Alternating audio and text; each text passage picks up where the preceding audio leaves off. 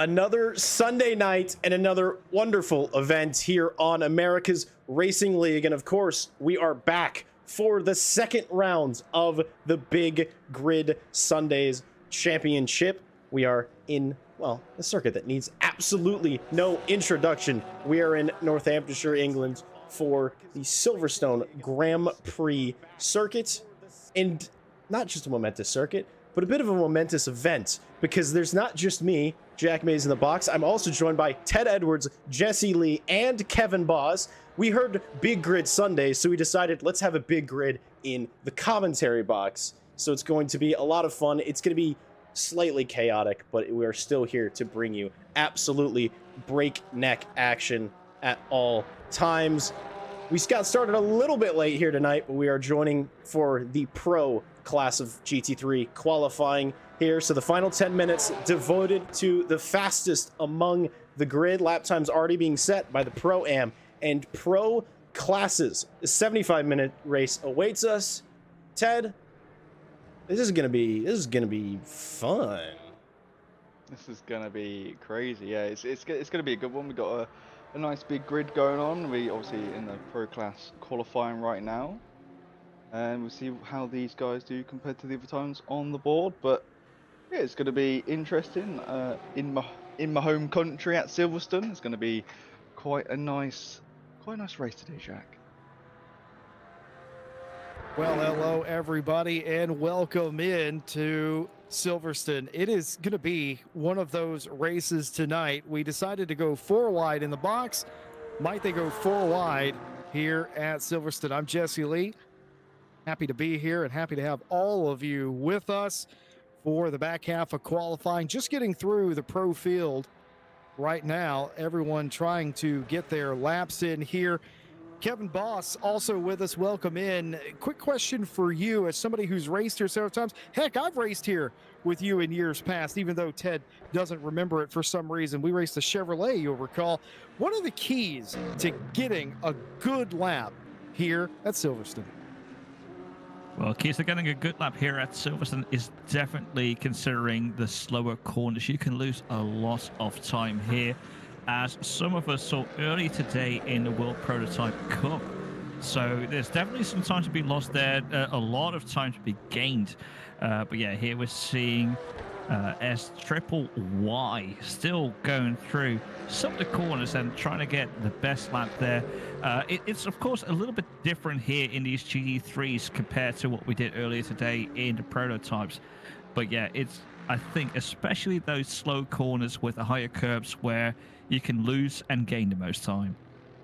It's just a unique circuit, one of the many that are crafted from former airfields and has just become the homestay for many incredible events, probably most famous for its illustrious history in Formula One. But of course, just about everything races here. There's not just the full Grand Prix layout. We have the international and national layouts that have made their way to LMU in the previous few months. So certainly those coming to a race event near you. But as we're going in, already lighting up the times is Luca Raza, last season's champion. And last week, if my eyes might need a little bit of adjustment, I apologize, but I could have sworn he was in a Ferrari, because now he's decided to switch over to the Lexus RCF LM GT3. It is a weapon of design. It's just been a pretty dominant car in GT3 competition in a lot of LMU events. And Ted, I know you know this because we've seen them, we've overtaken them in our hypercars, but it's a heck of an endurance car. My wonder is, how's he going to do in a sprint race? Yeah, it's going to be an interesting one because we haven't really seen this in a sprint format before. You know, we've seen 120-minute races, 2-hour races, and whatnot. So it's going to be interesting to see what this front engine car can do, especially with all the other ones as well, and compared to the Porsches that are at top and third and fourth. So one I've got my eye on to see how they do today is Joshua Nelson in third place. We were racing with him today, me, you and Kevin, in the LMP2s around Silverstone, this track, doing our good old fuel saving with the 2 times fuel usage. So it is going to be interesting to see where he is, because he was flying today, and he was doing really well on his fuel saving. So have to see what happens as the number 42 Porsche here, as we're watching on screen, does go quickest with a 1 minute 59.692. So only, what's that, 1/100th of a second over the Lexus, so very close, and half a second back to the McLaren in third. McLaren is interesting to see, Jesse. Not many McLarens we see in LMU being raced at all in, I guess, in the past 6 months. Yeah, it is a very fantastic mix. Here in ARL, I feel like more than anywhere else, we get this really nice mix of manufacturers up near the front. To illustrate the point, it's a Lexus Raza going quickest, a 59.686, the current mark to beat 6/1000th faster than Noctil in the Porsche. Number 42, Johnson in third place, setting a 2-minute even lap to take third, and Frere in fourth place, a McLaren. So the top four completely different manufacturers with completely different configurations. Ricky Bobby is going to come across here and set a 2-minute .962. Only good enough for 13th, if that tells you how close everything is. Well, if you aren't familiar with Silverstone, here's a little fact sheet for you about the circuit. It's been reconfigured numerous amounts of times, but the very first iteration dates back all the way to 1948, a disused Air Force base and airfield turned into a racetrack, reconfigured to keep up with the times and the safety of the day into what we have today. Current configuration is a 5.89 kilometer, but what the heck is a kilometer? 3.6 mile, 18 turn course. The fastest lap ever ran here, a 1:17.097 by Max Verstappen in the year 2020. And you can tell how far we are off of that in GT cars, nearly, well, actually, yeah, half a second, or excuse me, half a minute rather, off of that time. If it was half a second, I think we need to check everyone's anti-cheat, but it's nearly half a minute there or thereabouts difference between a Formula One car and a GT car around this track. But qualifying continuing, Raza has it. Kevin Boss, the question will remain, can anyone beat them? And what about Noctil in second place? They only need 6/1000th of a second. How hard could it be? Well, 6/1000th of a second could be put anywhere, but we're now looking actually here on board with Noctil going out of Woodcote Lovefield and then into Woodcote to start probably one of the final couple of laps here. They're going along the straight here towards Cobbs, which is a very fast right-hander, before they come to the very well-known Maggots and Beckett's section, which of course ends with Chapel. It's very important to keep your speed through here and not to lose any time. And here, oh, you can already see, like, there's just a snap there at the wheel, and that costs so much time as they go through Beckett's into Chapel, and then already going on to the Hangar Straight.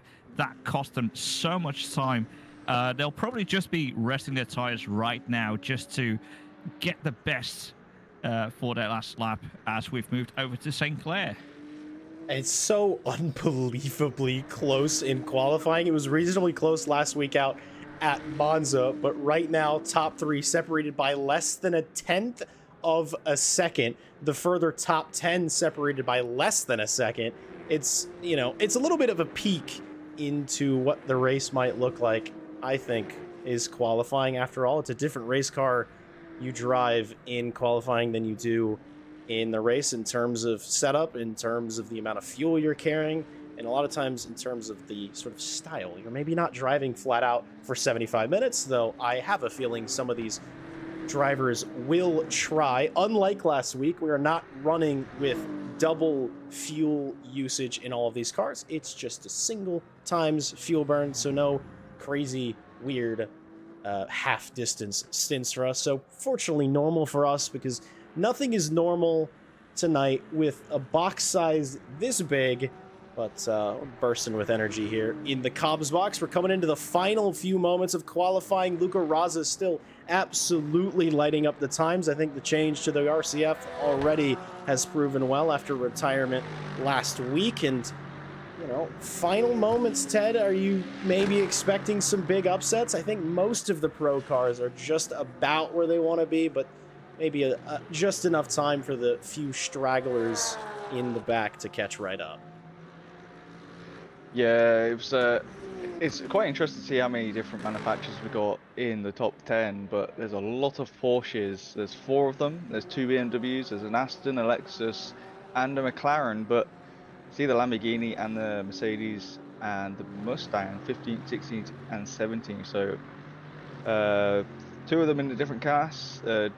SYYY is how we're going to say his name. He is down to 17th, so 1.9 seconds off of Raza, so not where they would want to be in the Mustang, but it's going to be interesting to see how the race starts off. I think we've got 29 drivers, 30 drivers, 30 drivers here today, so it's going to be a nice packed grid, Jesse. It's going to be interesting. What do you think the start's going to be like? Do you think it's going to be hectic, or do you think it's going to be nice and calm?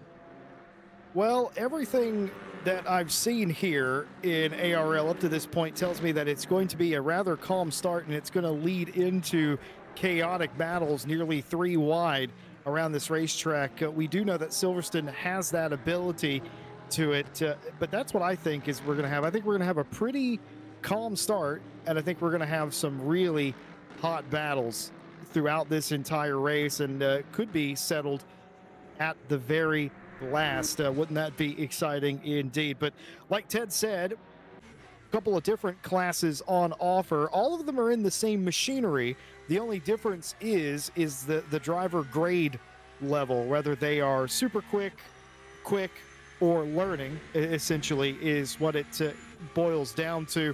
Lap time.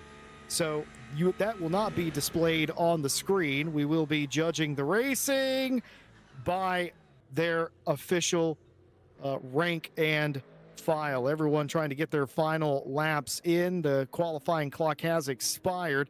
Raza did come across the line there on their last lap to improve to a 59.321, and it looks like, Kevin Boss, it's all done and over in qualifying.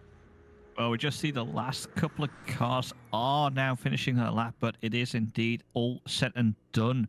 We see Raza, then Knoxall, then Johnson, Sinclair, and Fair just getting out that top 5. And it just shows how difficult it is to qualify properly, because every little thing, like every little mistake, will just cost you so much. But I think we are now going to go to Jack for the official qualifying results. Yeah, try to work through these as fast as I can. They're known to disappear on us at any moment. Luca Raza on the pole, followed by Baptiste Knoxall in second. Wally Johnson wraps up the top 3 for the pro class. Diego Ramirez St. Clair in 4th. Farah 5th. Barnes 6th. Joshua Nelson in 7th. Ricky Bobby in 8th. Randy Magruder 9th. And Tetsuo Hideyoshi in 10th. Moving further back, Campbell is in 11th. Cameron Magruder 12th. Prado 13th. Denzel Kitchens 14th. Georgi 15th, McClafferty 16th position, Stiggy in 17th, Cedric Larcher in 18th, Juan Botero 19th, and Rob Ruggiero is in 20th. You're only getting your top 20 because I simply wasn't fast enough. That's fine indeed, because I'm going to move very quickly on before we get underway for our race to show the standings as we run into, well, guess not. Swear it was working a moment ago. No worries, we'll carry on. After all, we're only going into the second of 6 rounds, so the story is, as always, it's all absolutely to play for. It's going to be a little bit of a sunrise to sort of an afternoon drive. So, Ted, you know what that means? We experienced it earlier on today. Track's going to start cold. Track's going to start heating up. The big question is, how are our drivers going to cope? Yeah, when the track's cold like it is at the moment, it is. Where's Medeta? It's 20 degrees in the air and 14.6 on the track, so it is pretty cool. it's gonna be an interesting one. See how warm it does get. Obviously, you can see at the top of your screen right now the air and track temp, and the weather is nice and clear, which we like to see. But we'll have to see how much it heats up, because obviously it's going to be interesting to see how they cope with driving on the track and the temps rising, because we've tried it a few times where it ramps up really quickly and just it gets very weird on the tires and gets very weird with the car, and it's always evolving, always changing. I think Jesse, you might have experienced that in your racing career before, where it's the feel in the wheel does really change over time, and you have to just adjust how your driving style goes across the stint. No, you're absolutely right, Ted. I mean, these race starts, I think, are a huge problem point in LMU, particularly the start, but even more so after doing a pit stop where the tires have cooled down. You don't even have to have changed them for the dynamics of the tire to be completely different, and then it becomes a pretty large problem for handling, because it's not where you left it. It feels odd. It throws you off your game. It is a big deal. Speaking of a big deal, 35 plus cars getting ready to do battle in the dark for the start here at Silverstone in ARL. Thank you so much for being with us on Sunday evening, wherever you are in the world. Raza and Nocta will take us to the green flag, coming through Woodcote now, getting ready to go green. The lights come on, the flag goes down, everyone thunders down into cops for the first time. A couple of cars already with penalties being out of position on the start. It's a really good start for Johnson. Can they hold it on the outside? Thinking about being 3 wide up front. They settle it down to 2 wide, but only just as they come through Maggots and Beckett for the first time. Finally down to single file for the first couple of cars. The BMW of Johnson does in fact win out over the Lexus of Raza. Nocta will have to settle back into third, and Frey in 4th place with Barnes and Nelson in tow. Kevin Boss, that was a pretty good start. Only a couple of cars out of position as they continue to fight for the lead. Yeah, it does look like a very good and clean start. Like some of the cars just getting that 1 or 2 positions, as we do see Johnson getting towards the front of the field. I have to apologize. That is Raza just getting there.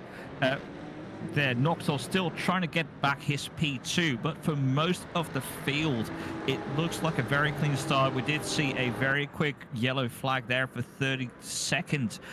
Yeah, but for most of the grid, this is a very good start. It now slowly gets towards single file. But yeah, considering a lot of races I've seen, this has been very good.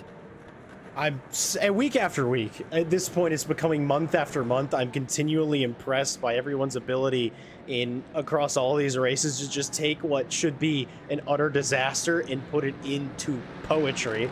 We joked about, oh, maybe we'll see them 4 wide on the track like we saw them, like we're 4 wide in the box. They almost did it. I think in some cases they did. You can see a couple of cars going off into the background out of Aintree and onto the Wellington straight, but for the most part, no big long-standing yellow flags. No, I don't think anybody has retired early on either. Everybody, the fight is so hard up at the front.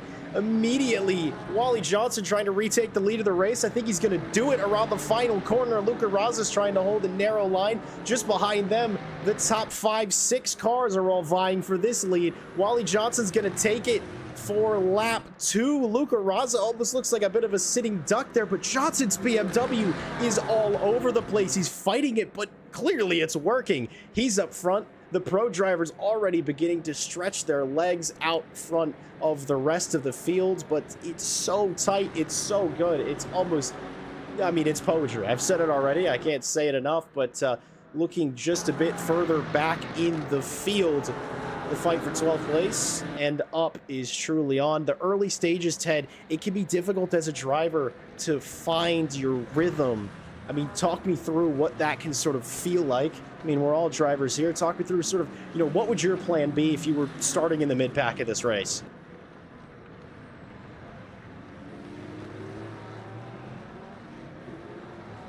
Well, I can tell you for me, it's definitely like you need to find your place, your location to actually find that gap It's not always like trying to go for every single gap that there is. Like, you need to look for that one location where you can actually just quickly make a move, or if it's better for your whole strategy, just to stick behind, see what the faster drivers are doing, as we now see Raza is slowing down here on the outside, having to let a lot of drivers through. So maybe, Ted, you've seen a bit more what happened to them.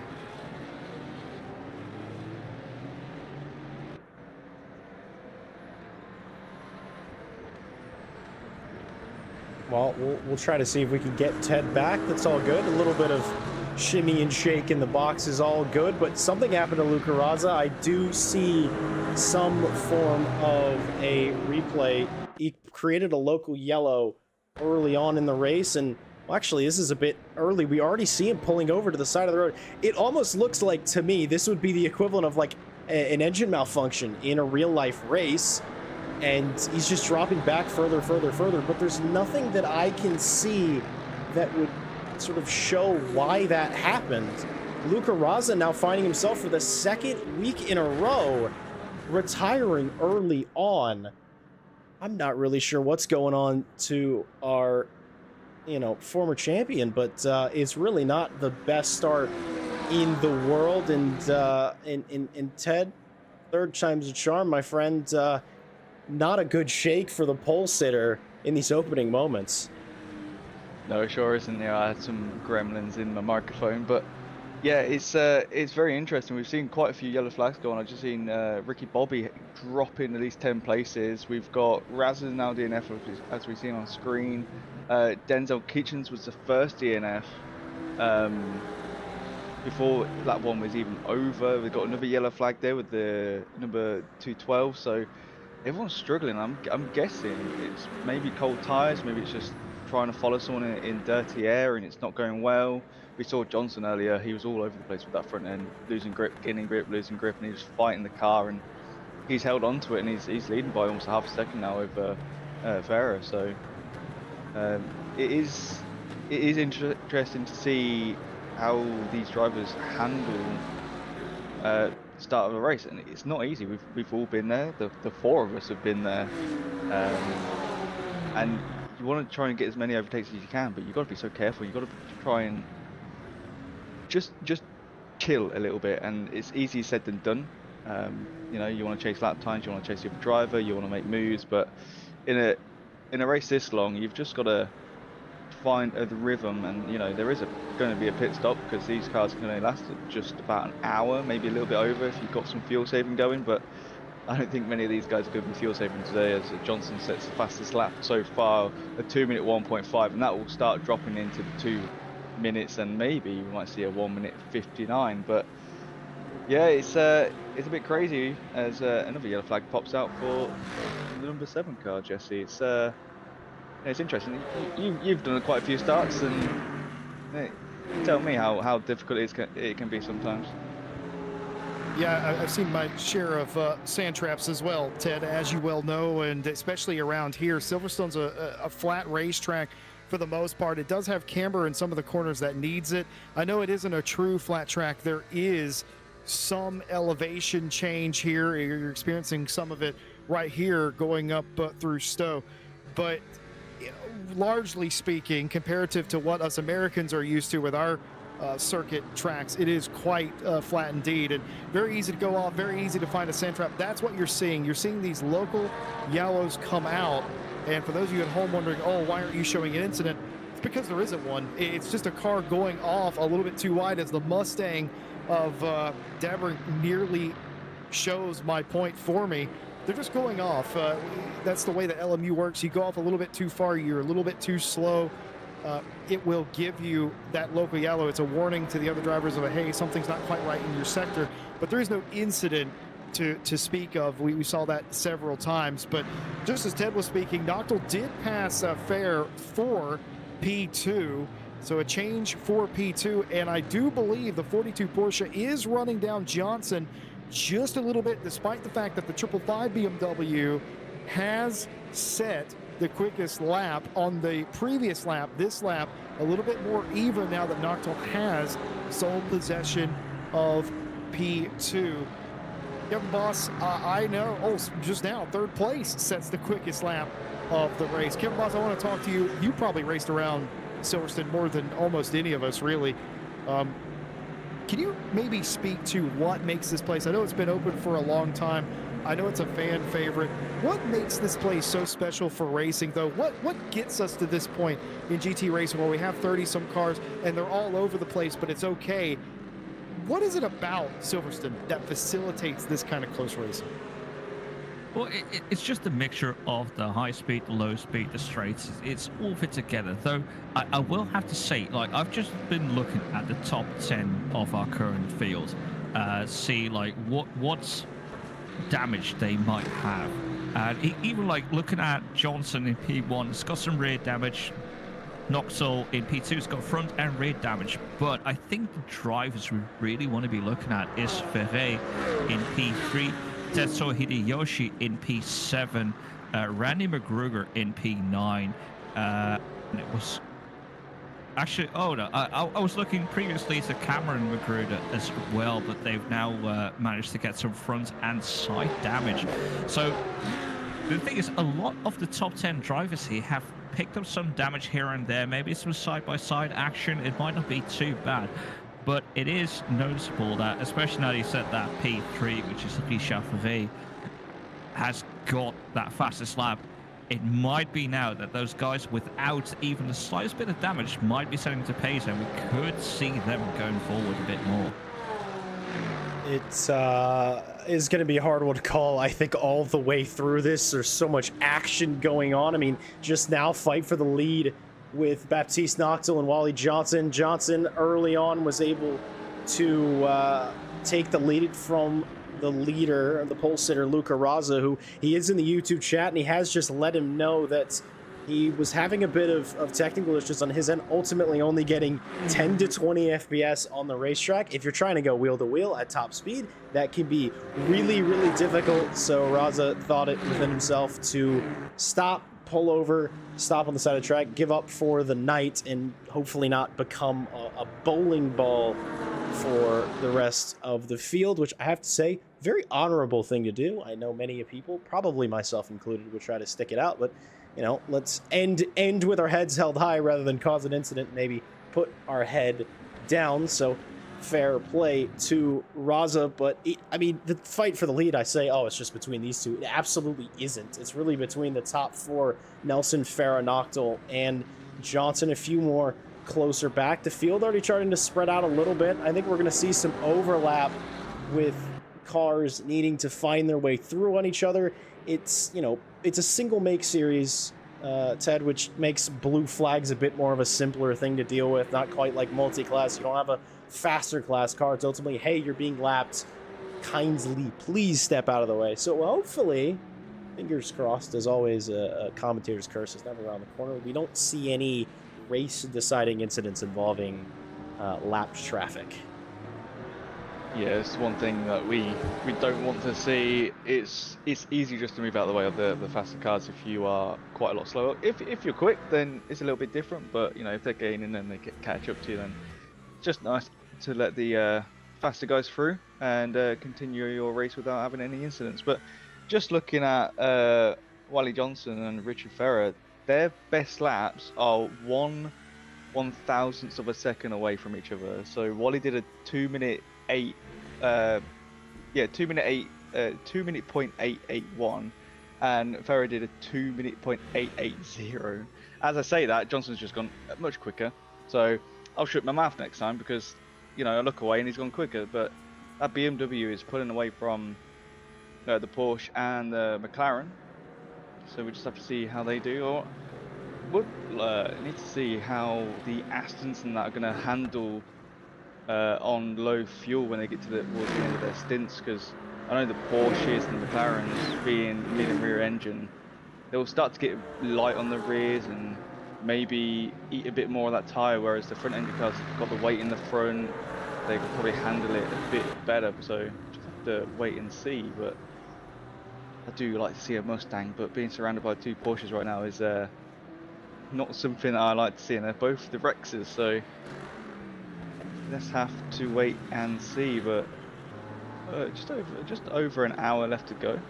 We've got about another 40 minutes until they do their pit stops, and then we'll see if people take tyres, and obviously they'll take their fuel. But Jesse, this is already a nice start to the race. It's there's been a few bumps and bruises along the way. There is someone, actually, Craig S in the Corvette is in their pit box at the moment. Not sure why, but probably damage. But it's this is like a little mini enduro for these drivers, as we see almost a 4 wide. Oh, that's Rexy and Roxy just about getting into each other. They're supposed to be friends, maybe more. I don't know. But right now, they're looking more like enemies out there, prehistoric enemies indeed. That's very scary indeed.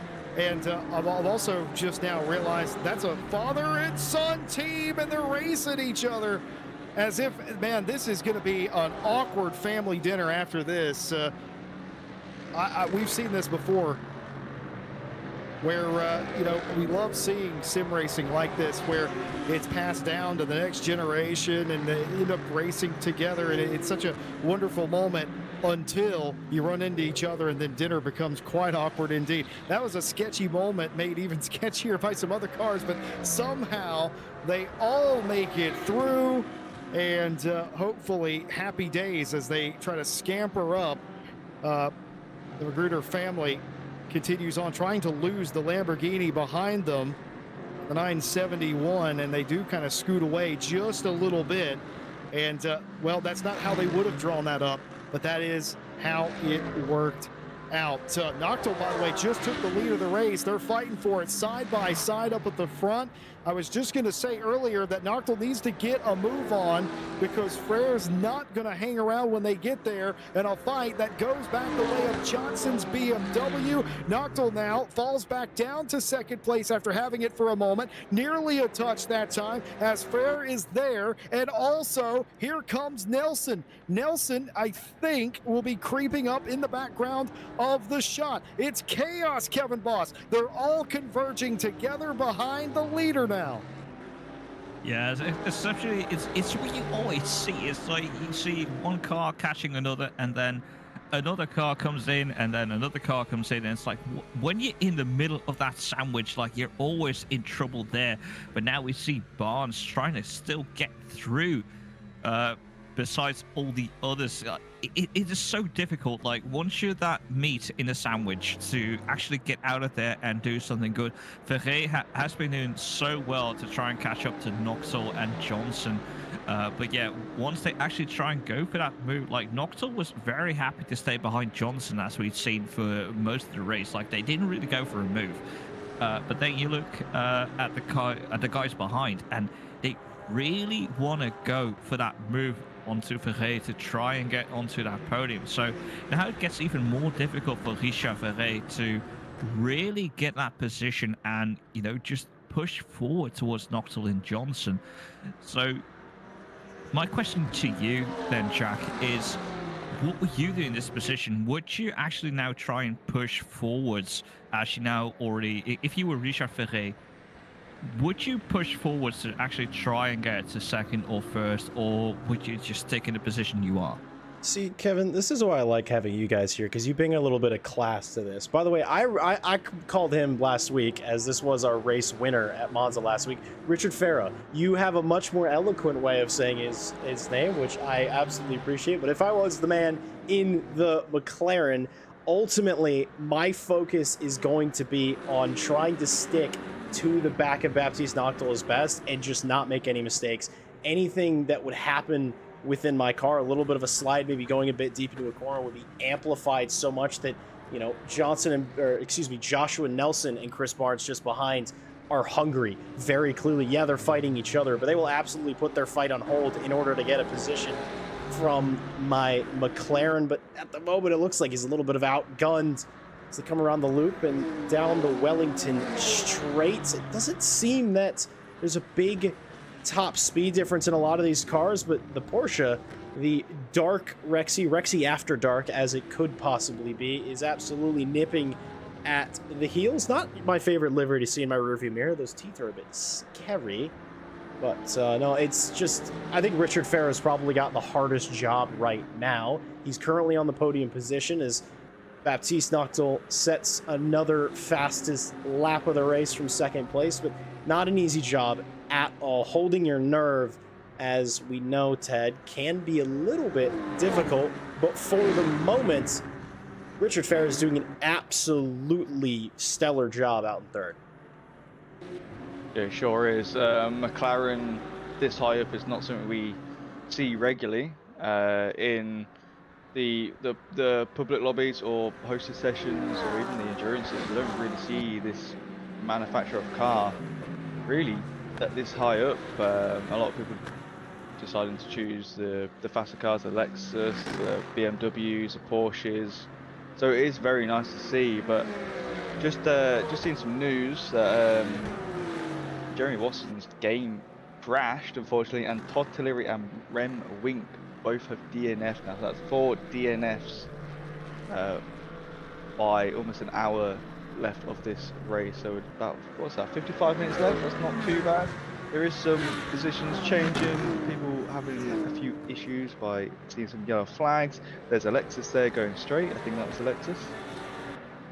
So people struggling, which is interesting. As we already see, it is daytime, and we did start in the dark of the morning, so we have to see how people are dealing with track temp changes.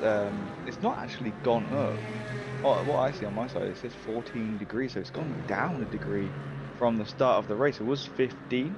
Air temp has stayed the same, so we'll have to see over the next half an hour, next 50 minutes, see if the temps jump, because when they jump, even if it's like 2 or 3 degrees, you can feel it on the tyres, and you can feel it in the braking zones, you can feel it on exits, and that's where drivers need to adjust their driving style to the temps changing.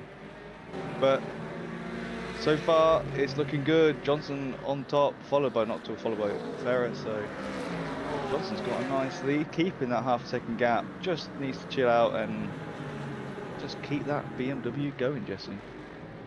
Yeah, I think, Ted, to further illustrate your point of some cars just sort of falling off, Georgie did take that Lamborghini back by the Roxy liveried Magruder car, the number 58 Porsche, so they were able to gain one of those spots. Meanwhile, the other Magruder in the Rexy liveried, one of them is trying to play a little bit catch up to the Ford in 9th place to get up there and battle DeBrink. And while all that's going on, Johnson and Noctil continue to file off lap times that are within a 10th or so of each other. Noctil taking the quickest lap of the race just a few laps ago. I've been monitoring their lap by lap progress. A lot of the time, Noctil is a little bit quicker, and that's allowed them to hang on. Frere has fallen off the back of this group, but it isn't that all doom and gloom for the French driver, because Nelson, who was right behind them, remember, has also fallen off a little bit as well. So this has now turned into a 2-car race for the lead again, Johnson and Noctil, and that does nothing but benefit the number 42 Porsche here, who now has clear breathing room and space to sort of work it out. And that's what you're doing, isn't it, Kevin Boss? What you're doing is you're trying to probe for weakness. You're trying to figure out where Johnson's BMW is weak in comparison to your 911, and you're trying to get as close as you can and exploit that weakness, get by them without getting stuck side by side again like they did the last time he got close. Yeah, definitely. It's still always difficult, especially when you got all these different manufacturers in the same class. Like, just look at the top 5. It's 5 different manufacturers, each with their own like positives in every corner. Like, we know this Porsche that we're looking at here for Noctil, well, looking at the back of Johnson's BMW, like, it's so good in the corners, but then we get to the longer straights and the faster corners just here coming out of Mackinson Beckers into Chapel onto the Wellington straight. You know, that's just where that Porsche is going to be lacking that little bit. The only thing is, it's like every driver needs to look at, like, where is their car best? Where are they best? Where can they try and probe the most. It does look actually like this last lap that Johnson's just been pulling away that little bit extra compared to the previous laps, with Ferré just about being able to stick there. But Joshua Nelson and Barnes have been really good at keeping very close. So yeah, this could be going anywhere. Yeah, let's take a look a bit further back into the field. A multi-car fight's beginning for the top 20 position. Franz Alarcon in the Ford Mustang, Rodney Ramsey and Leon Vidal in the pair of Corvettes that are behind, and they're bookended by Cedric Larcher in their Aston Martin Vantage. It's always an interesting thing to note the fact that there are 3 different championships that are underway, something that makes different class racing unique. And I feel like if it's a little bit difficult to get your head wrapped around, and you are a enjoyer of perhaps IMSA, which I would imagine you are, it's sort of like the difference between GTD and GTD Pro. Same cars, same track, same day, but fighting for a different championship. Of course, we don't have that visually represented because that is not something that we're able to do at this moment, but there are 3 different championships going on. So sometimes you maybe have to think,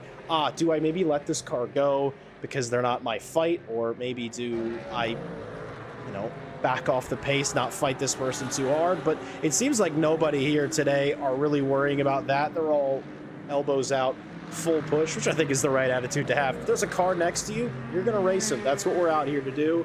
Racing drivers are going to do racing driver things, and I'm still, as we're in through the first 25 minutes of this race, Ted, the most impressed thing about it is honestly the sort of cleanliness of the racing. The nature of this circuit is there's a lot of opportunities to think about a move. There aren't a lot of easy ones to go for it, but everybody, even when they're getting really low, giving the proper amount of space, racing hard, racing super fair. And it's all super, super impressive because for those of you who aren't aware, it is absolutely harder than it looks. Oh, yeah, for sure. We found that out today where trying to make a move on someone from the dirty air into a medium speed corner as we come up here, down the straight up to the right-hander, you think you can send it, and you can if you can get your car side by side. Obviously, you see here, the Corvette on Corvette and Aston as well trying to make a move on the pink Corvette, and kit's cut off. That could have been very dangerous. It could have ended in a nice big spin to watch, but not to be in. So it is very difficult, obviously, through here into the chicane. Can't really make a move. It's too tight. You might get a good exit down here, as we see the Aston go a bit wide. It's very difficult, and you think, well, no, Silverstone's easy, but yeah, it's easy to drive, but it's not easy to overtake, as you just said. So there's only a couple of opportunities where you can get a dive in, as we call ascend. So it's not the easiest thing to do, but these drivers, they can make some moves. But at the moment, it's just following each other's draft and seeing what happens. If the driver in front makes a mistake, then you can easily get past. But yeah, see there, Johnson's got a second gap. These two are fighting for 4th place, half a second distance. So it's very interesting. I see Noctil as well. It's gone faster with a 2-minute 2.91. So they're creeping towards the 59s, Jesse, and I do think we will see some 59s. Yeah, it's going to be interesting to see what the pace does. I think you guys talked about that a little bit, about where we were going to go from here, and I commented too about what happens to the tires in a run, and especially after you come into the pit lane, regardless of changing the tire or not. Some cars, for whatever reason, seem to drive fine or even get better in some cases on tires. Of course, the time slowed down, but the handling kind of comes into its own, especially with the higher temperatures and that sort of thing. Other cars, it's going to completely go away, and some instances these rear tires and even the fronts are going to be scrubbed off, and it's going to become a handful on a track that gives you very little in terms of cornering assistance via camber. So only time will tell. It really comes down to, a lot of times, how much you punished the tires in the early going of the race. Some drivers may be paying the price for that, and I wonder if Georgie is one of those drivers. Documented earlier that they got around the Roxy liveried Magruder car, but now they can't pull away Georgie in the Lamborghini, and the number 58 is pulling Ruggiero up there with him as well. Ruggiero looking down to the inside, feigns the look, but nothing doing that time. As from my eye, Georgie's car isn't quite cornering quite as sweet as the Roxy Porsche is right about now.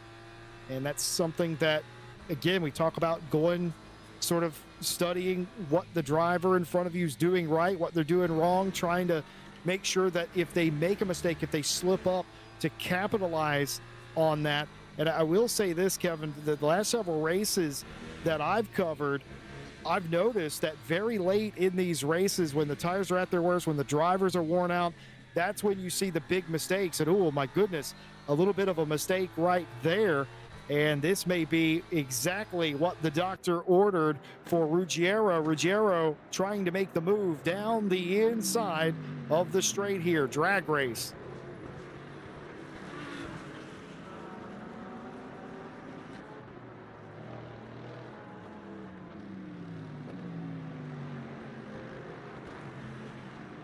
It was a late-breaking battle into Stowe. Not one that's the most comfortable move to make, I must fully admit. Well-placed car by Rob Ruggiero. Not easy to go around the outside, but being a bit more confident on the brakes. Beating a Porsche on the brakes is just that little bit more difficult. Kevin, and I'm a guy who likes to talk about fuel usage. I'm a gentleman that enjoys a bit of a fuel save. So why don't you take us through, as we're sort of nearing the halfway point of this race, how everybody's virtual energy tanks are looking? Yeah, it's definitely a big thing here in these LMU races, which is more focused on endurance racing. So even though Ruggiero has just gone past Randy Magruder, it could be a very different story once we go into the pit lane. As we already see, like, Randy Magruder's got 2% more virtual energy than Ruggiero, so they might be able to pull that a little bit further into the race. But actually, the more, just stand out energies that we're seeing is Dabrik in 9th at 38%, and especially Tetsuo Hideyoshi there in P7 with 32%, which is way lower than most of the cars around, especially if you consider that compared to Joshua Nelson and Noctil. Also in the Porsche, like, they've been using a lot of energy, so that will mean they'll have to go earlier into the pit lane and get more fuel / virtual energy into their car, and that will definitely change the complexion of this race. Yeah, it's one of those things where it's not more about the fuel, it's more about the virtual energy, which the virtual energy, if you don't know, is how they bop the car. So some cars will use more, some cars will use less. I thought it was going to be a crash then. Oh, no, just it was about. a bump. It was a little flashy, a little bump, but the Mustang's still going strong. I love a good Mustang. Everyone here knows I love a good Mustang. Just makes a good, nice V8 noise, but it did get a bit of a rear tap, so maybe front damage for the Corvette on the splitter, maybe a little bit for the rear diffuser on that Mustang. Hopefully nothing too bad, but the Aston Martin looks like it was giving a place to the Corvette of Ramsey, and Ramsey on the grass, and then the Aston go back through. But yeah, virtual energy is all over the place. I wonder as well what the tyres are like for these drivers. I wonder, because everyone's got a different driving style, as we can see from the virtual energy being low for some, high for others. I wonder what the tyres are going to be like, Jesse. It's one of those things where you need to be smooth with your steering and not lock up. Now, obviously, ABS in these cars, not the easiest things to lock up, which is a good thing, but it's with the steering. If you're cranking the steering on, you're trying to accelerate, and you're understeering that car, you are gonna start chewing those left-hand side tires away, and you might have to take some new ones in the pit stop. Yeah, I mean, it's exactly what I was talking about before, Ted, is really you do the damage to the tire in the first couple of laps. That was something that was always hard for me to understand is, well, I race hard for the first couple of laps and then I back off. How come my tires are still worse than everybody else?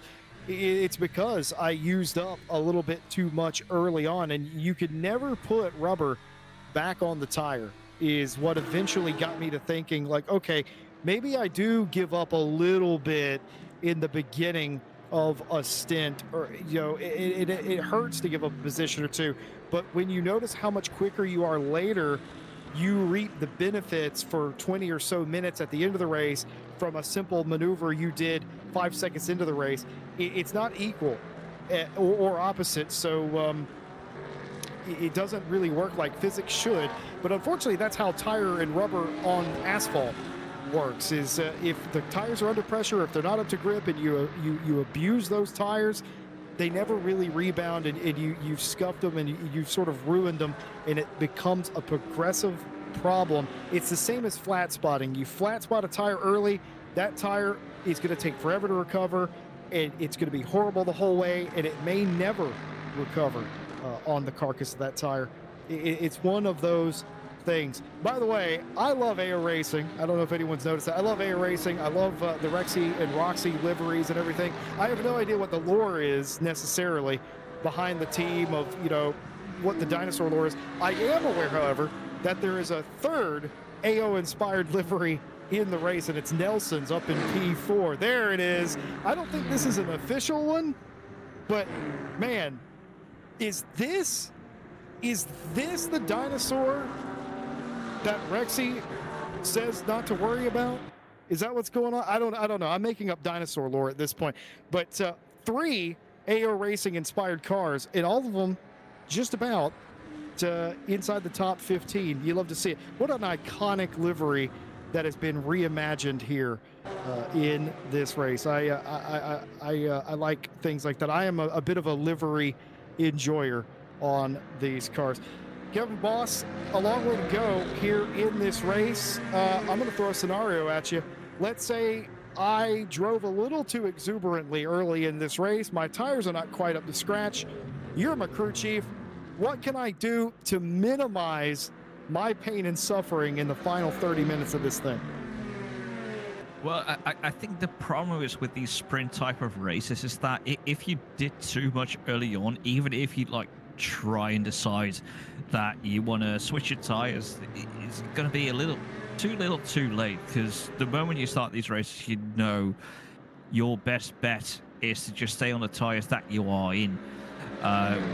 We now see here Alarcon just trying to keep that Aston Martin of last year behind, but there they go, inside line, and it's like any corner. It's like I said, you need to pick your lines, and Larcher just did that there perfectly.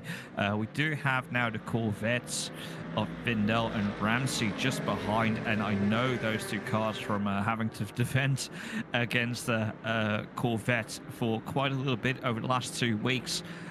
Those things are a menace in the acceleration zone, even though the Ford is very quick in a straight line. Oh, and there we have a couple of bumps on the rear end of Alarcon.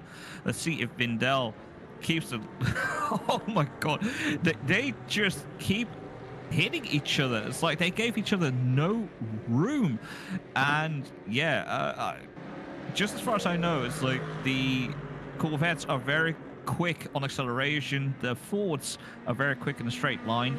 Yeah, just to come back to what you were asking, Jesse, honestly, if you have destroyed your tires, your best bet is to probably have already come into pit lane to try and replace those and try and get the best possible result you can. Otherwise, yeah, it's going to be too little too late.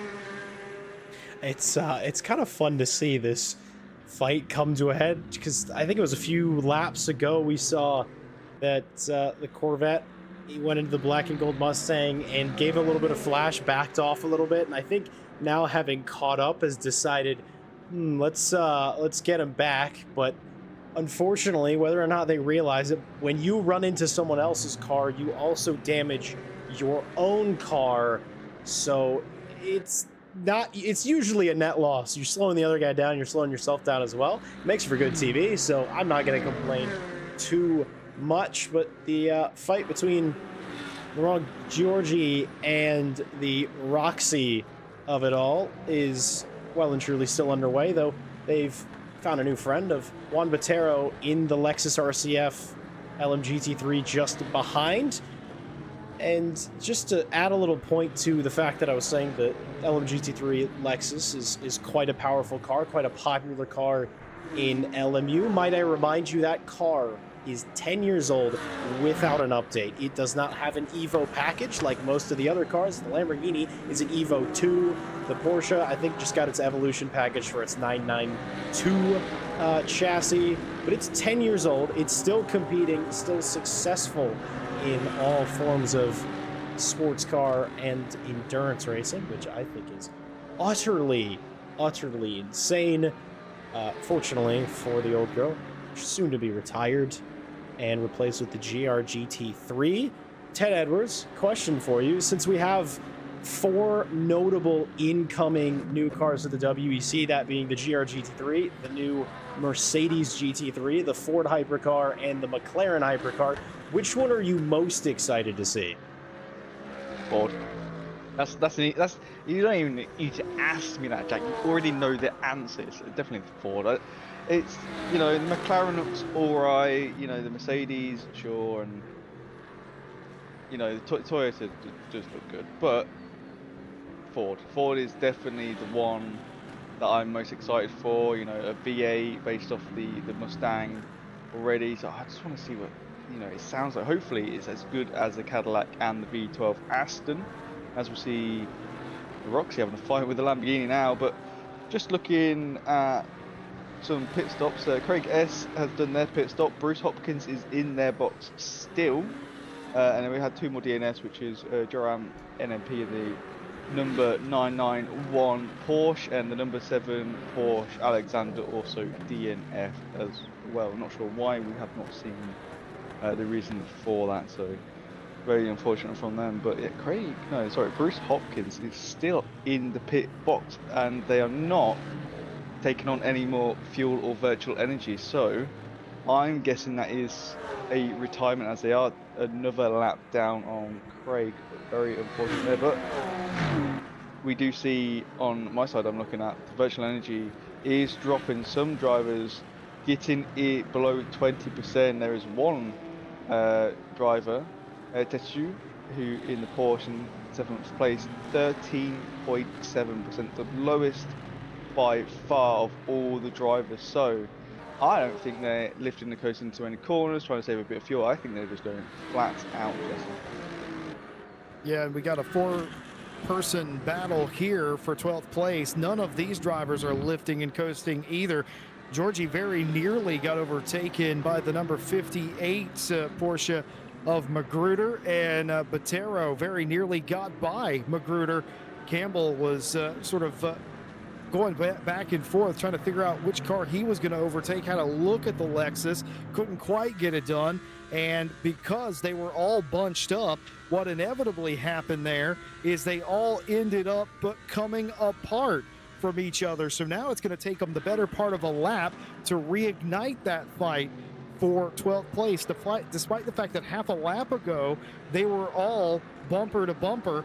That one little maneuver of Georgie and Magruder being side by side and Botero and Campbell being side by side completely eliminated or negated, pacified even, that fight for 12th place for an entire lap. We're going to see if we can't pick up the leader of the race coming around the next time through and do something a little bit special. Kevin Boss, we tried it earlier. Take us on board for a lap around Silverstone. Yeah, I tried it earlier before. Here we have the leader going into Cobbs, the fast right-hander, full throttle in the current F1 cars, or at least last year's cars, but you can see it's just a slight dap on the throttle, 1 gear down before you go into the left, right of Maggots, and then Beckett's before you get to the left-hander into Cobbs, which gets us to the fast stagger straight. If you even slightly miss your acceleration out of Chapel Corner, you will be hemorrhaged here. Then we go to the fast right-hander as well. You have to go a couple of gears here into the right-hander or stow before we get ourselves towards here. You see on the right-hand side the F1 pit entry. Here we got Vale, the quick left and then right chicane before we get to the second right of Club, which brings us to the Sir Lewis Hamilton straight, which is also known as the F1 pit and start straight. Into the right towards Abbey, left-hander farm curve, and that gets us to the most technical section of this track, which is Village right-hander and then the very slow loop. This is very technical. You can lose a lot of time here, but the moment you got this absolutely spot on, you can gain so much time. The left-hand king entry on towards the Wellington Straight. Once again, if you mess up the loop and entry, you can lose a lot of time here. Break just here into Brooklands gets us eventually towards the right-hander of Luffield. Once again, another corner. Like, if you miss it and you get late on the throttle, you can lose a lot of time. Gets us to that last right-hand king of Woodcuts, and that is a whole lap here at Silverstone. I'm really glad you got your moment there. I know you wanted it earlier on. I said, let's see if we can't manufacture this. That was fantastic. I know we're most of the way through this race, and, well, if you weren't familiar with the circuit, you certainly are now. Consider it your homework preparation for next time. 30 minutes remain. I think we're a lap or two away from seeing our first pit stop that will begin the full cycle. And it will probably last for 6, maybe 7 laps till everybody's in and out. Wally Johnson, of course, your leader overall, followed by Baptiste Noctil, Richard Farah in his McLaren, Joshua Nelson, Chris Barnes, Diego Ramirez St. Clair, Tetsuo Hideyoshi, Gabriel Prado, Nick DeBrick, and Rob Ruggiero, your top 10 going into the final bit of this race. And Ted, of course, speaking of the pit stop cycle, I know that gets you and me alike a bit excited. We start, dancing our toes, we start licking our lips. We're like, ooh, because this is when all the strategy comes to a head. Every bit of fuel saving that these drivers have done for this entire race. Well, it's now time to see if you either did it right or you did it wrong. I'm maybe expecting a change for the lead in pit lane, of course. Noctil saved about a full lap of extra energy. And that, we'll get an answer to that surely in the next handful of laps. But it all comes down to this. Ultimately, is anybody... I'm curious how close to the closest person is going to get for the full hour and 15 minutes. And, all right, if this were you, as I know, you want to start GT3 driving, your target in your head coming into this race, all right, 75 minutes, Silverstone, just like timeline-wise, how long would you plan to go on fuel? Well, yeah, I haven't done much GT3 driving, not for long duration, so it's interesting for me to try and analyse on this, because I'm used to LMP2 hypercar, and we do a lot of fuel saving in our races. As Roxy pushes the Lamborghini off, and the Lamborghini is round, does a nice 360 and is back on. So very well done to hold that Lamborghini there, but yeah, just got shoved out wide and straight onto the grass and got on throttle and spun the car. So that is very unfortunate. But yeah, it's one of those things where we've been in the prototypes and we know how to fuel save and we can extend it, and you gain time back from a stint and chopping off a pit stop. But in a GT car, it's a little bit different, because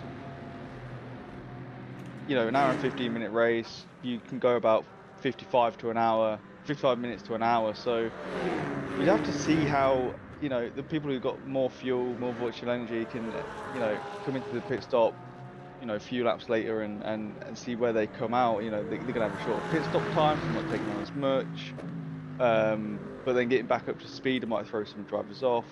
And obviously we've got a few drivers coming in now to take their pit stop. But Yeah, it's interesting to see because this is the first time for me since other sims where it is very different, the pit stops to what I've been used to, because in the prototypes, in a sprint race, if you pit earlier, you get the undercut. The overcut doesn't really work in a sprint race compared to an endurance. So you could say this is a sprint race. An hour and 15 is only 15 minutes longer than the normal 60-minute sprint. So maybe the undercut works, but just have to wait and see. But yes, it's hotting up as see the first and second place are still very, very close, Jesse. It is not over. No, they've been close this entire race. Of course, Raza also up there earlier on with the DNF, but Johnson and Noctil have been 1 and 2 pretty much ever since the very first lap, and they've only ever been about this distance apart. Neither one of them making a move, either way to pull away or to fall back. They've all been together, and I gotta say, they're running a master class on how to produce a winning race. The only sad thing is one of them will eventually lose out here. Gentlemen, this may be settled in the pit lane. We did see an incident for 12th place, Georgie going off in that Lamborghini. We may have the replay here. I've seen this, and there is contact here. Just look on the exit, not there, but coming up here, there's a little bit of contact, but that's actually not what causes the incident. Well, you couldn't see it for the hill, but it isn't the contact that causes that incident, Kevin Boss. What it actually is I saw Kimi Räikkönen do this in Formula One many years ago. I'm old, leave me alone. It's coming over the backside of the curb again and having 2 on the dirt, 2 on the AstroTurf. The car is unbalanced and it spins out. Yes, the contact got them there, but in my opinion, that's not what caused that incident. That's a very Formula One-esque incident. It is also just because, like, they're being forced, that little bit wide. These cars also react differently to the curbs here compared to Formula One cars. Like, their slick tires probably have just that little bit more grip compared to these GT3 tires, even though... No, actually, they're different tires because these GT3 tires are Goodyears and they will react differently to the Pirellis that F1 have, as they will react differently to the Michelins that are on the hypercars, as we are now looking actually at some of the first couple pit stops. We see the GT3 there coming through and our initial race leader, Johnson, having gone in. You can actually look at some of the other amounts of VE right there. In P1, Noxel has got 7, Richard Verret has got 9, Bas has got 12%, and we're looking here at Nelson still with 11%, as well as Sinclair behind. So some of these drivers still can go for a little bit longer. What actually is now going to be a very good strategy call is whether they want to stay in this train or try and get into some fresh air and then punch a hole forwards if they feel like they're being held back. Jack, what would you do? Honestly, I'd stick to my guns. If I'm on a fuel-saving strategy, I'm going to stick to it. I generally, when it comes to Le Mans Ultimate, if there's fuel in the car, I'm going to use it. I want to be entering pit lane with less than 1% of virtual energy if I can manage it. If I don't do that, if I have too much extra fuel, I feel like I'll have done a pretty poor job. But we'll see. Diego Ramirez St. Clair in the BMW behind. The top-tier motorsport BMW behind has sort of picked up the pace towards the end of the stint. It seems like these all the current top 4 pretty much on the same in terms of fuel. I think Baptiste Noctil, now the race leader, has the least, might go in a lap early, but Farah, Barnes, Nelson, I think are all going to be racing each other in and out of pit lane. So I definitely think that I'd use all the fuel I'd have. Pitting in early could be a good thing, but with how busy of the track this is, I think you're pitting out into traffic regardless. Baptiste Noctil from the lead of the race is in. Richard Farah, for the first time tonight, has taken the lead. I do believe he will hold it until, of course, the pit cycle is completed, I think, Ted, we're looking for a change of the overall league. I think Noctil and Ruggiero are going to trade places. I think Noctil might be in to be leading this race out of the pit stop, and maybe, if he can hold on to it for 20 minutes, might be winning this race.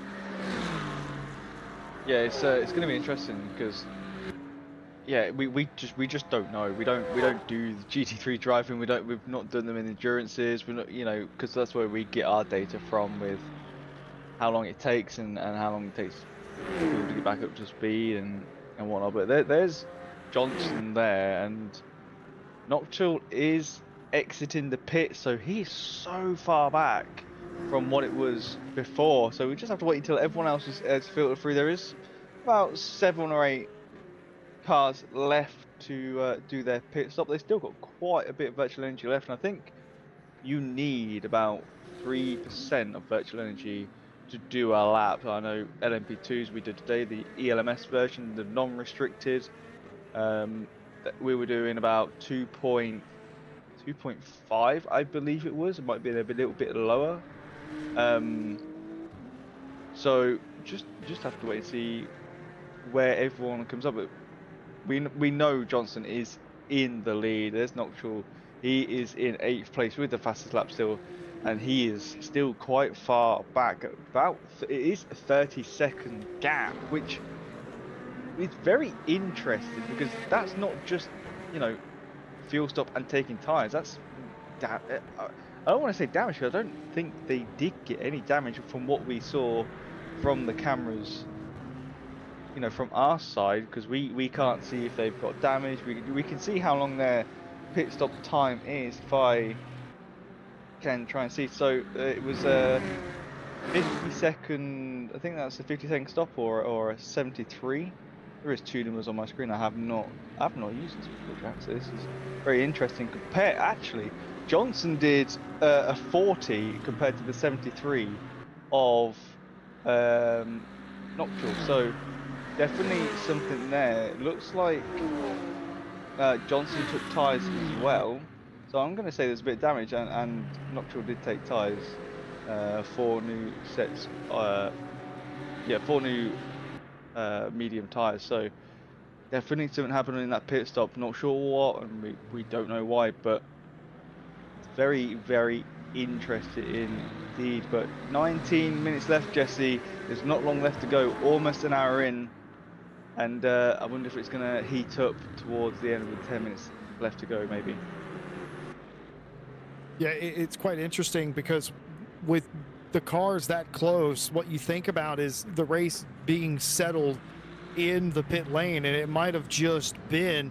I was a little worried about Johnson coming in as early as they did into the pit lane, because normally when you have a car like Noctil who's been following you this entire race for an hour, they've been following you, and you suspect they may have a little extra pace that you're keeping them from releasing because they're behind you in your dirty air.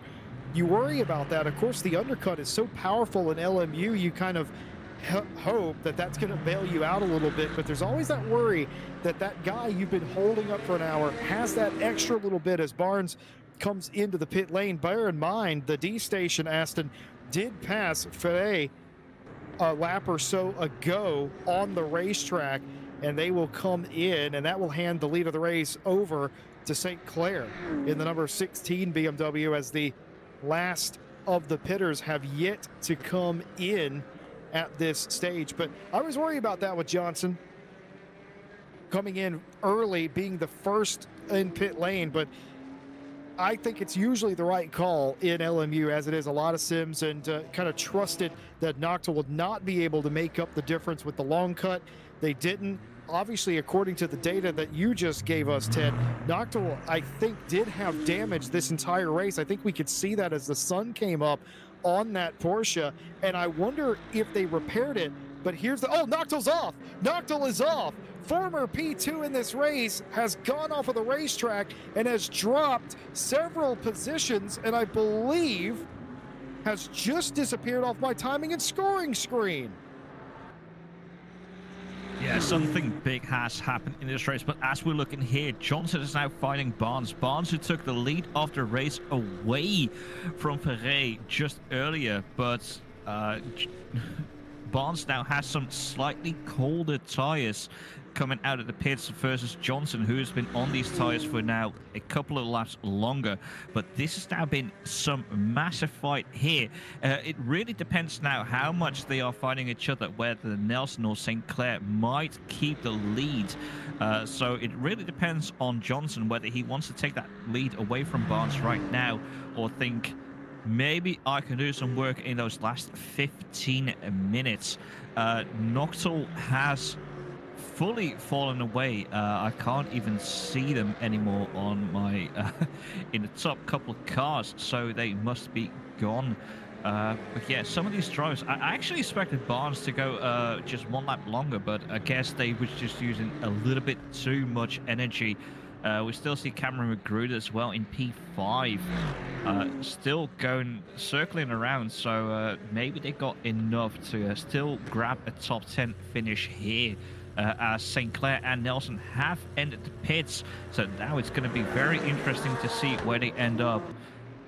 Barnes and Johnson are now just going through Woodcote, and past Nelson and St. Clair, they'll be taking P1 and P2. This race is completely flipped on its head. I was thinking that Baptiste had this in the bag, and I think he accidentally repaired the car or intentionally repaired the car in pit lane, and you can see behind there's St. Clair, there's Nelson. So this is, in fact, the lead of the race that Chris Barnes has just grabbed from, I'm not going to say thin air, but it feels like it, because he was running behind, you know, 5th, 6th place for a lot of this race. Suddenly got behind Richard Farah, pitted a lap earlier than the other two, and has now come out ahead of Wally Johnson, and is now absolutely gapping the BMWs and the Porsches behind. I do not want to answer the question of what happened to Baptiste Noctil in the Porsche, because we did see a sudden yellow, and then we did see a retirement. I'm wondering if it was anything exciting. Oh, is it a carbon copy of what we saw with Georgie? It pretty much exactly is. Noctil's rounded the Porsche, and he's in the wall, and somehow that rear wing is still on the car. That's a huge hit, and he just got the car fixed.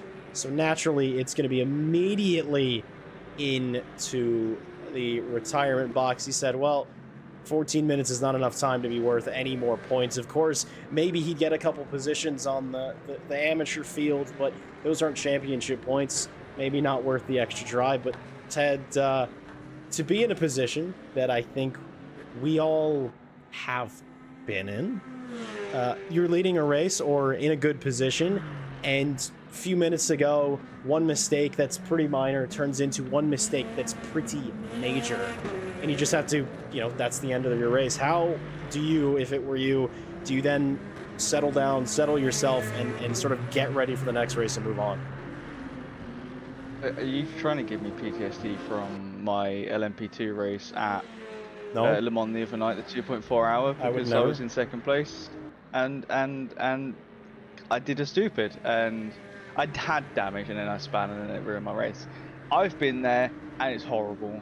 It's you get so comfortable that you sort of go into a state of zoning out, and as you saw there, Knoxville just goes wide and catches the grass, and you think it's fine that you stay on the throttle full pelt, but you still have that little bit of turn on. Of course, he's gone off the curb onto the painted green surface, which is slippy, but then he hits the grass, and that's just one tire spinning a bit too fast and just unsettles the rear, and it's gone. It's very difficult to get yourself like back ready for the next week's race, and yeah, I think he'd be fine. You know, he's got the pace there. It's not something that he wanted. He had the fastest lap. He still has the fastest lap. No one has beaten that yet. No one's not even close to beating that.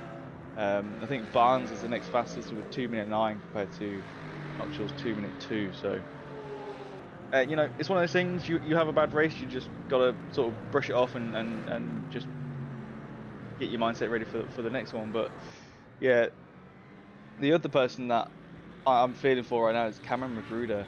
he just had to pit again for fuel because he ran out, and he was in a good position. I think it was top 5, top 6, and yeah, he had to go and pit again. So very unfortunate from that driver there, as we see the Aston Martin, the Corvette in the background going into T1.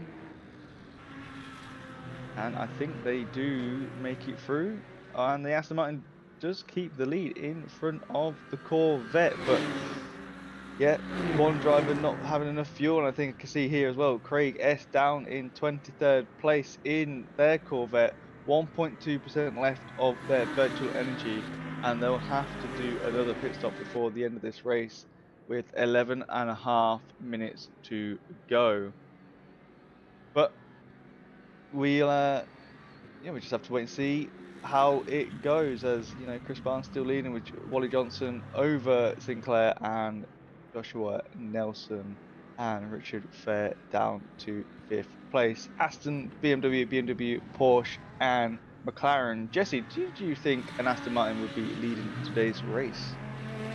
Well, I thought if it was going to be anybody, it was going to be Barnes, but it's sort of assisted by Johnson as all that was kicking off with a couple of the other cars. Johnson had a humongous slide in that BMW, and it may have looked sort of benign on camera, but if you've ever driven LMU and you know what a worn out tire looks like, that's what it looks like. He was turning to the right, but it wasn't actually going in that direction, and he just got the braking wrong, and it just exacerbated it. What is actually amazing for Johnson is they've actually made up some of that time since that has happened. It was 2 seconds the gap when it happened, or after it happened. That gap is coming down. Johnson is catching Barnes in that Aston Martin with 10 minutes to go. I may have said privately to my colleagues up here in the booth that was the end, that was the pass for the win, but I didn't see an operatic lady singing yet, and quite frankly, I still don't. Gentlemen, this race may not be over. Just in the time that I've been talking, he's gained another 10th and a half. Here comes Johnson in the BMW. Yeah, there's still some ways to go in this race. Like, if we look at the top of the field, it's just above a second between first and then towards a third. But yeah, this could still go any way that we can see. Even looking back, like Nelson in P4 is still very close. Then there's just that slightly larger gap to Richard Ferret into P5, and then there's the bigger gap to P6 with Tetsuo Hideyoshi. But yeah, still anything can happen this race. I did just see a spin, collision between Larcher and I think it was Vindel. I will apologize if that was not the two cars that collided together, but a lot has happened there. We're now looking back at the replay there. We see Vindel, we see Larcher there in front in the Aston Martin. They're going think through Maggots and Beckett, yes, and something did happen to them. My apologies. This is now Club and Phil, and then yeah, there's just a slight tap there going towards Village, and yeah, just the way the cars are angled there, it just has a very big end to it. You never want to see that, but sadly it's one of those things that happen, doesn't it, Jack? Yeah, you get into the end of the stint, like Jesse was talking about, tires are starting to go, maybe you're getting a bit fatigued behind the wheel, you make a mistake, and, well, a friendly neighborhood Corvette's there to almost catch you, but now just nearly collected, as it were. But the outlook between Barnes and Johnson in the last 7 minutes, they're just so equal lap after lap. I've been watching the timing screen, I've been looking at the bottom center of your screen, and you can see what the reality is. It was less than a 10th last lap. I have a feeling this lap it's going to be a bit closer, maybe not, maybe so. No, actually, Chris Barnes pulling out a bit more of a gap on Johnson that last one, but it's so close between them. I think it's going to keep going, but I will say the fight for third, though, is starting to pick up. I noted that Diego Ramirez St. Clair in the BMW was really catching Nelson towards the very end of the stint, towards the pit stop. It seems that now that they've come out of pit lane, the reverse has happened. Nelson in the Rexy After Dark Porsche looking hungry. Only a handful of laps to go. And as Jesse said, there's no fat lady that is sung. There's no bell that has been rung. Anything can still happen until these drivers cross the line. Their reality is not set in stone. But it's been a busy race and a half for sure. It's been a heck of a lot of fun. We've had a couple of unfortunate DNFs, and Ted, I know that you will speak on one of them that we've heard about from our YouTube chat. Yeah, Todd Tillery came in and said, what a disappointment. Got spun on lap 2, then my low cell beeped the bed. We all can have a guess what that word was, but kept applying the brakes, 100% on corner exit after finishing trail braking, and that sucks. I've had that before. I've had a spring brake in my old Logitech pedals, and I wondered why my braking was off. It was because it was in half. Luckily, still sort of holding together, so I had a bit of brake, but I had to adjust on the fly. But going 100%, just with the tap of the throttle of the brake and trying to come off it while trial braking, which you still do in the GT3 cars. I know that much for sure. Is very, very difficult. But yeah, it's difficult as it is. But Noctural's just come into the chat, says I'm so disappointed, and he thanks us for the stream, and it's a pleasure to race. It was a pleasure watching you race, and it's very unfortunate what happened to you. We all make mistakes. I mean, you know, I made a mistake today in our early race here at ARL in the LMP2s, and you know, Jack watched it firsthand. I caught a curve too much through Magnus and Beckett's, and I was running. It's actually this curve here where that Porsche just went over. So I had a nice spin in front of Jack, and he just ran away. So that was fun, not. But you know, we all make mistakes, and it is what it is. But just seeing here that Ferrari has a DT for track limits. I was going to mention this. I think a lot of drivers they're trying to catch each other. They're trying to, you know, improve their lap times. They're trying to get out. I see Johnson here. He's already gaining on Barnes. I can see on the timing tower there.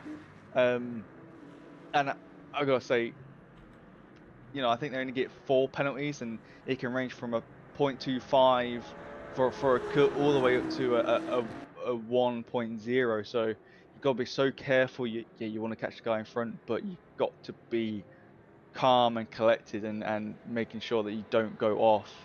But yeah, it's difficult. Oh, I've just been corrected by Mr. Mays. It's not Ferrer, it was Sinclair, and they also have DNF'd from the race. That's car number 8 in today's race that has DNF'd. It's very unfortunate, but Todd Tillery has come back into the chat and said, new load cell already ordered. Very nice, sir. Hopefully we get to see you next Sunday, and hope that brake pedal works perfectly next time round. Well, with St. Clair having the drive-through penalty for track limits, we are going to suspect, we can't imagine it being any other reason. That has opened up the door for a 5th place battle that otherwise would have been for a spot outside of the top 5. Hideo Yoshi continues to fight Ruggiero for the spot. The Porsche versus the BMW. I swear, I feel like we've seen this somewhere up inside the top 5 already here today, but never mind. A spot in the top 5 on offer. Ruggiero wants it. Hideo Yoshi has it, and I thought for a second the Porsche was going to slide out, but they're able to just keep it in line even with a challenge from Ruggiero, as it looks like, for my eye, the 690 BMW has the legs on the Porsche, but an excellent defensive drive for Hideyoshi, but it just doesn't seem to have the grip off corner exit. They're going to be side by side going through Maggots and Beckett's this time. The inside owned by Ruggiero, and he's clear into 5th place as they'll take over the spot from the 333. That was excellently timed and just found the inside line, and now looks like they will drive away. Kevin Boss, going back to the front, Barnes, their day, they just hung out inside the top 5. They won their battles that they needed to, but they weren't really a huge part of the conversation for much of the race. They had an excellent pit stop. They out-strategized, and right now they're in the lead. The only speed bump in the road for Barnes in the Aston Martin is that maroon-colored BMW right behind them. Yeah, maroon-colored BMW is actually now in a very unfamiliar place. They've been leading for this whole race. It was only once they went into the pit stop that Chris Barnes was able to get P1. So yeah, as they now enter their final lap, white flag has been waved. This is going to be crucial for Chris Barnes and Johnson. At the moment, it does look like Chris Barnes has the legs just that little bit above Johnson, because even though there's not that much downforce in these cars compared to like some of the prototypes, you do notice that through these fast corners. So Johnson will be feeding that dirty air on the back from that Aston Martin. Though that said, Johnson has got some legs in there. He's still on the back there of the 38 Aston Martin. So this is going to take quite a lot to try and get through. Yeah, it's like last week. It's come down to the final lap, though there's a little bit less side to side than there was at Monza last week, where we're looking on for another photo finish. Wally Johnson just working so hard to try to offset himself as they're coming round, and it actually is not the white flag. We have one more lap to go. I now hope, Kevin, you know what it feels like to be me for a change, but one more to go. Chris Barnes now has to deal with a bit of back marker as he begins his final lap. Wally Johnson, unfortunately, not getting an opening there, but they're going to come really, really close towards the final bit. I think, actually, that maybe Chris Barnes was doing a bit of fuel management towards the end, because he had short-filled where Wally Johnson hadn't, and I think now that he's secured the amount of virtual energy he needs to complete that final lap, he's going to put the hammer down. He's going to put his car, or do his best to put the car in the absolute best position.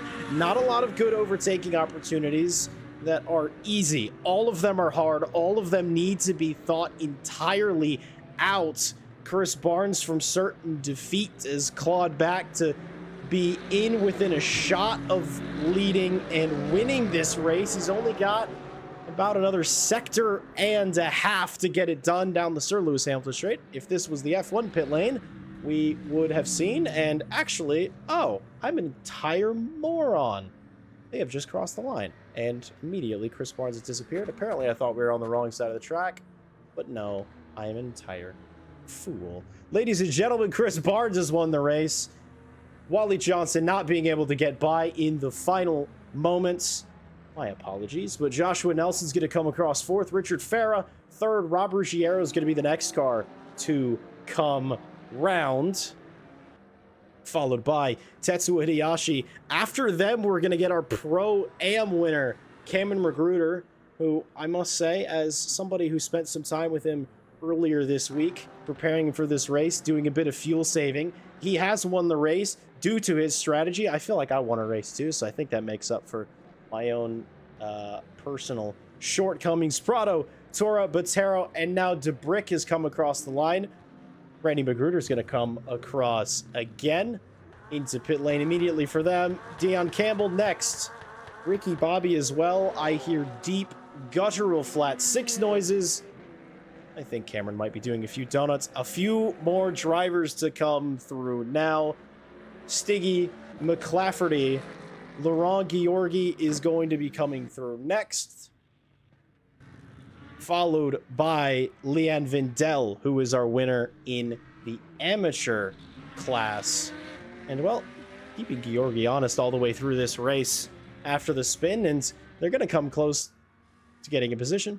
Doesn't matter. Vindel's gotten all the points he needs as our winner in the amateur class. You know, it was going so well, gentlemen, until, of course, I, with my infinite wisdom, forgot which hit straight we finished at, but that's all right. If anybody's going to ruin the stream, it better be me, because if you guys did it, you'd be fired.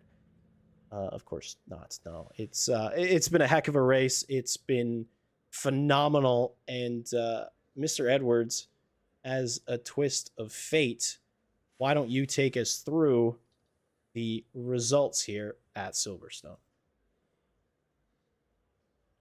Well, I see on our screen those are the qualifying results, and that's not one I want to see, Jack. But I do have them on my screen over here. We've got Chris Barnes in first, Wally Johnson second, Joshua Nelson in third. Got Richard Fur in fourth, Rob Rigu in fifth. I'm sorry if I butcher your names. Tetsuo in sixth, Cameron Magruder, the winner in the AM class, in seventh. Gabriel, I think actually no, Pro Am. Sorry.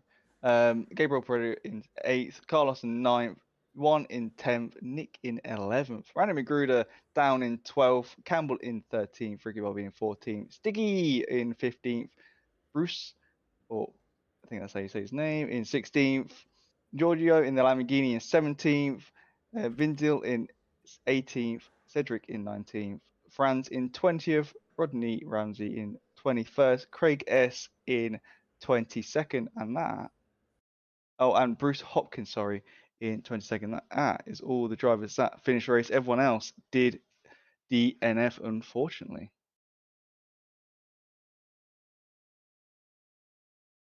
Just a fantastic race. I think we can all say it was thrilling from the beginning to the last. A couple of tenths were all that were in it between first and second. And while the players changed as the race evolved, and boy, did it evolve, we were still treated to a fantastic finish down the order. A couple of drivers, to my knowledge, got points where they really needed it in the championship wise.